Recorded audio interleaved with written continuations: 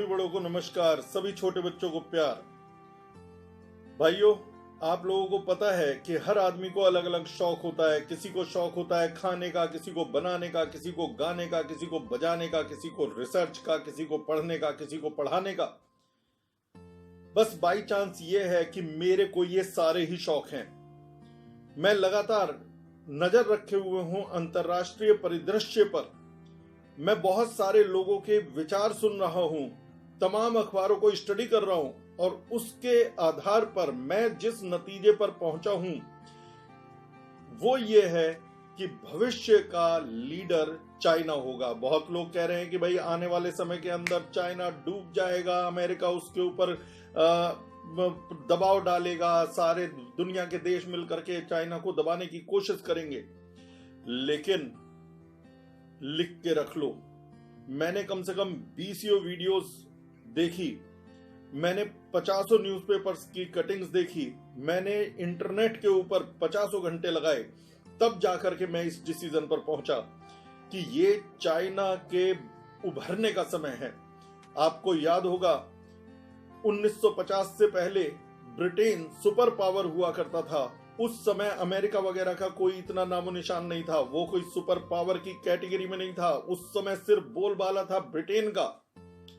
लेकिन एक दौर आया जब अमेरिका ने सब लोगों की हेल्प करनी शुरू करी। अमेरिका ने जिस भी कंट्री में कोई बीमारी हुई तुरंत सबसे पहले अपनी सहायता लेकर के पहुंच गया। सारी कंट्रीज को पैसा बांट बांट करके अपना गुलाम बना लिया और इस तरह से अमेरिका निकला सुपर पावर बनके।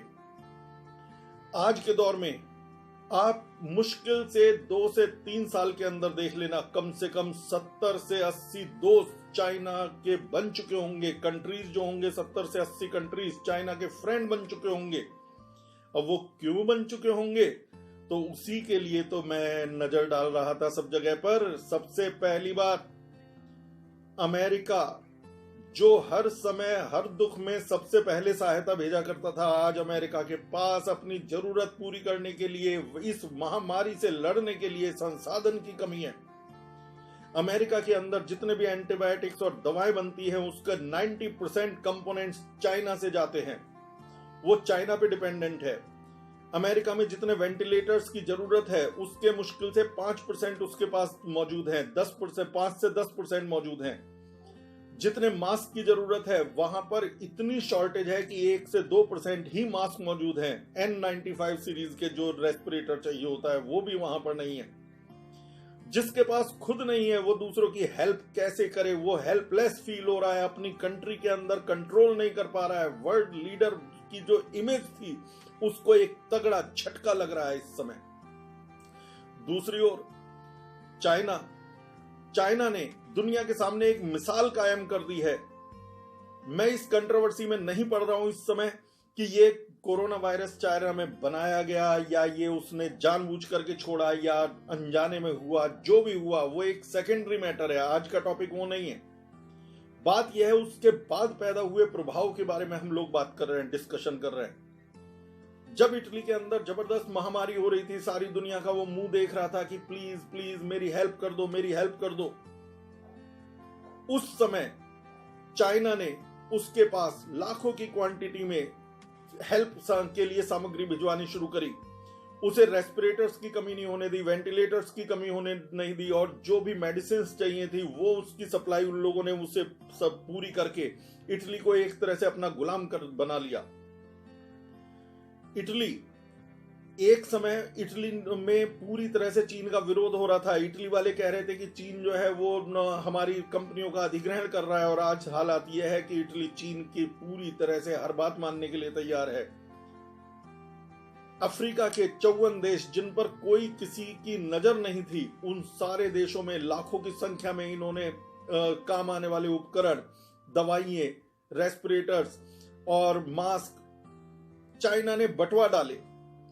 इस समय जो भी कंट्री जो भी हेल्प मांग रहा है, चाइना उसको पैसों से हेल्प कर रहा है। इसे इतना कर्जे में दबा करके डाल देगा पूरी दुनिया को कि इससे निकलना मुश्किल हो जाएगा। और दूसरी बात, आने वाले समय में वो देश किसका दोस्त बनेंगे, जो उनके महामारी के समय काम आया या उस सो कॉल्ड सुपर पावर के, जो आज तक तो सुपर पावर है लेकिन भविष्य में लिख के रख लीजिए वो सुपर पावर नहीं रहेगा। मैं डिस्क्लेमर दे रहा हूं, सारे फैक्ट मेरे नहीं है, मैंने कई जगह से रिसर्च करी है, मैंने अपनी शुरुआत में भी बता दिया, बहुत वीडियोस से हेल्प ली है, बहुत सामग्री से मैंने पढ़ाई करी है, समझा है इस चीज को। आज की डेट में सारे कंट्रीज चाइना की तरफ उम्मीद से देख रहे हैं। चाइना हर रोज कॉन्फ्रेंस कर रहा है, चाइना हर रोज दुनिया को सिखा रहा है, वीडियो कॉन्फ्रेंसिंग के थ्रू वहां के नेताओं को बता रहा है किस तरह से कंट्रोल किया जाए, पब्लिक को कैसे मैनेज करें, वायरस को कैसे कंट्रोल करें, दवाओं का कैसे छिड़काव करें, कैसे हॉस्पिटल बनाए जाते हैं, मिसाल कायम कर दी। इतनी जल्दी से इतने हजारों बेड के हॉस्पिटल धड़ धड़ तैयार कर दिए। ये खुद एक कंट्रोवर्शियल बात है। कुछ लोग कहने वाले कहते हैं कि चाइना पहले से प्रिपेयर्ड था, उसे मालूम था कि ये वायरस अटैक होगा और इसीलिए उसने सारी तैयारियां पहले से कर ली थी। मैं खुद किसी कंट्रोवर्सी में अभी नहीं पड़ रहा हूं, मैं साफ बता रहा हूं, जो हुआ किस कारण से हुआ उसको साइड रख दो।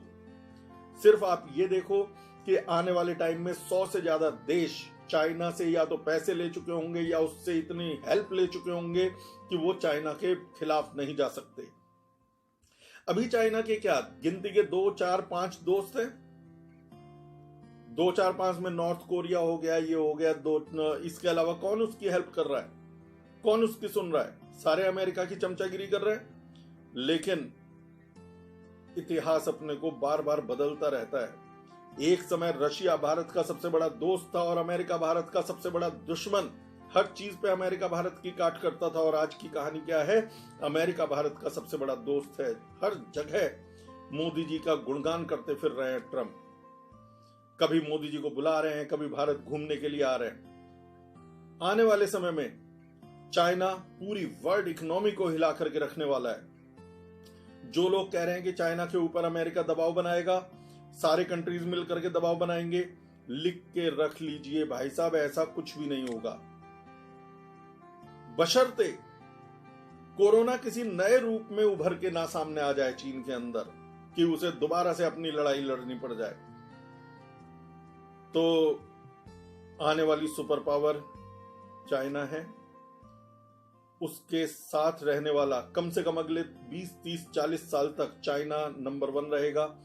उसके साथ रहने वाला कुछ समय बिल्कुल खुश रहेगा, क्योंकि चाइना अपनी मोनोपोली बनाने के लिए नई स्ट्रेटजी पर चल रहा है। वो सारी कंट्रीज को हेल्प करता रहेगा 10, 20 साल, 25 साल तक पूरी तरह से। जितने भी पेट्रोल उत्पादन और डीजल उत्पादन करने वाले देश हैं, उनको पैसे बांट बांट के उनसे समझौता कर लिया है लंबे समय तक पेट्रोल और डीजल की सप्लाई उनकी ना रुके। चाइना की भी तो यही समस्या है कि उनके पास पेट्रोल डीजल की सप्लाई प्रोडक्शन नहीं है भारत की तरह से। तो चाइना पे भी है। अब चाइना ने अपना काफी लंबे समय तक का हिसाब किताब कर लिया। तो चलिए बाकी देखते हैं, मैं गलत साबित होता हूं या सही साबित होता हूं, लेकिन मेरे लिए भी चाइना भविष्य का नंबर 1 सुपर पावर बन के निकलेगा। Bye bye.